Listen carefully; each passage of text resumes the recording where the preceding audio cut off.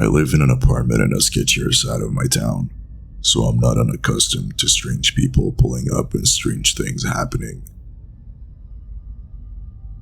I've been through a home break-in, so I'm very hyper-vigilant when it comes to keeping myself and my home safe. I also smoke cigarettes. Nasty habit, I know. But having cats and not wanting my house to reek like smoke, I'll walk out to my balcony to smoke. That's exactly what I was doing when this happened.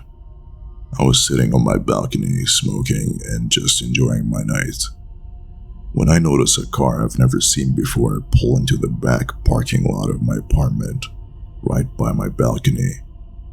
I initially felt a bit off, but I didn't want to come off as being the paranoid neighbor, so I keep sitting and smoking my cigarette. Then I hear footsteps making a beeline through my backyard. There's a large and burly man that I've never seen before walking briskly through my backyard. Again, I still don't try to make much of it because they might be there for my neighbor.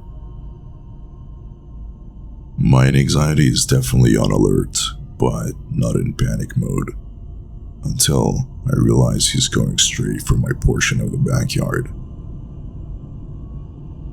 He then does something that is still freaking me out. He stops right in my backyard and looks up at me on my balcony, not saying a single word. Now I am in absolute panic mode. I audibly say, "Oh fuck no." I spring up, slam and lock my balcony door. I run to my upstairs bathroom, and I dial 911. I listened to every sound from downstairs while I stood panicking in my bathroom, and truthfully, it sounded like someone was messing with my back door. I don't know for sure because I was in a hypervigilance. I do know he was in my backyard for a few minutes because I was in my bathroom for several minutes, until I decided to peek out my balcony window. I saw him walking to his car and getting in. That also tells me that I don't think he was here to rob me, but something more sinister. Luckily, he was lazy because, again, I live on the cheaper side of town, so you can imagine the quality of my doors and locks.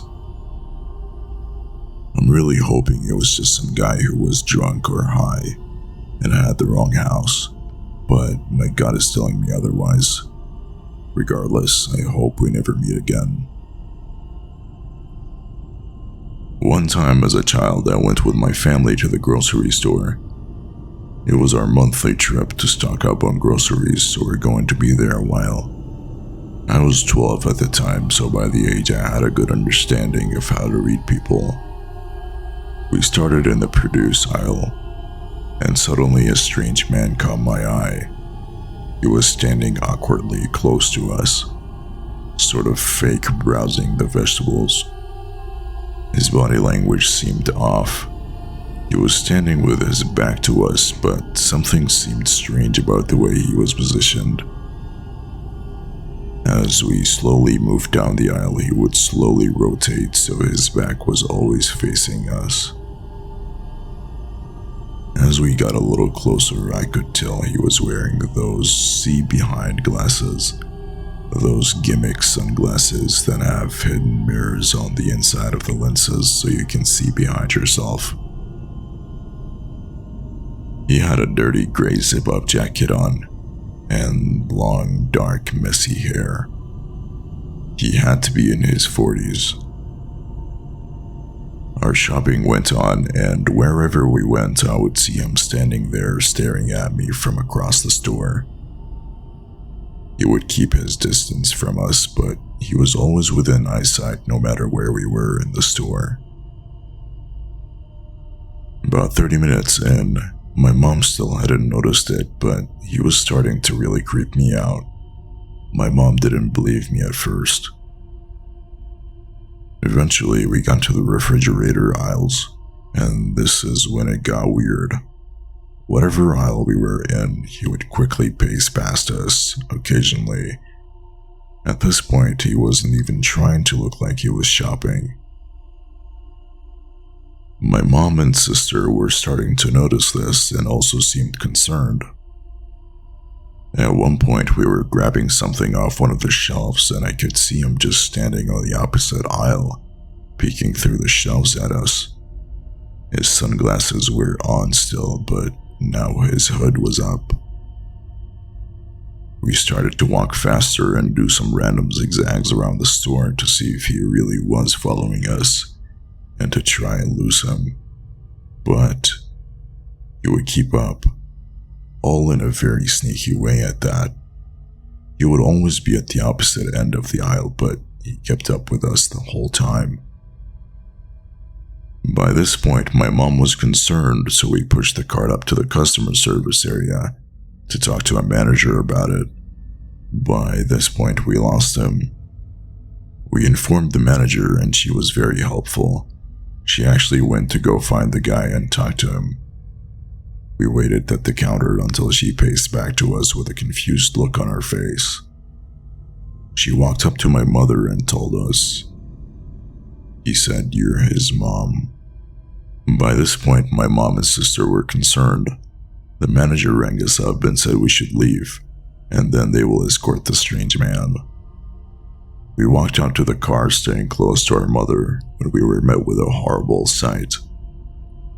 The man just standing across the parking lot across from our car, with his head slightly tilted, and a big grin on his face. We floated out of there, but we could still see him just standing there watching us leave. I came home around 12 a.m. to the house I share with 4 roommates. When walking on the sidewalk, I noticed a man across the street facing the other side, seemingly doing nothing. I passed by and entered my house, locking the door, and went to the kitchen, passing one of my roommates on the living room couch. The hallway from the front door opens into the living room and then to the kitchen. When I left the kitchen, I saw a dark outline through the door window and stopped to focus my eyes. My roommate looked at me confused as I had just stopped in my tracks. The outer door was open and the man from across the street was looking in and then started turning the knob. As I heard the knob start rattling, I said something like, "There's a fucking guy at our door." My roommate got up from the couch alarmed, and we together got closer to the door. I could see the man's face clearer now, pressed up against the door window. His face was blank. He had long, oily hair and pockmarks on his cheeks. His expression made me feel incredibly uncomfortable, as it seemed he was looking through us, with no recognition of us. My roommate called down to my basement roommate to make sure his door leading to the backyard was locked. I went upstairs to alarm my other roommate. When we came back down, the man wasn't at the door, so we peered out the window to see him standing in our walkway, looking across the street again. Reflecting on this, I'm just happy I remembered to lock the door, because sometimes we forget and spend the night with the door unlocked. I don't even want to know what would have happened if the door was unlocked.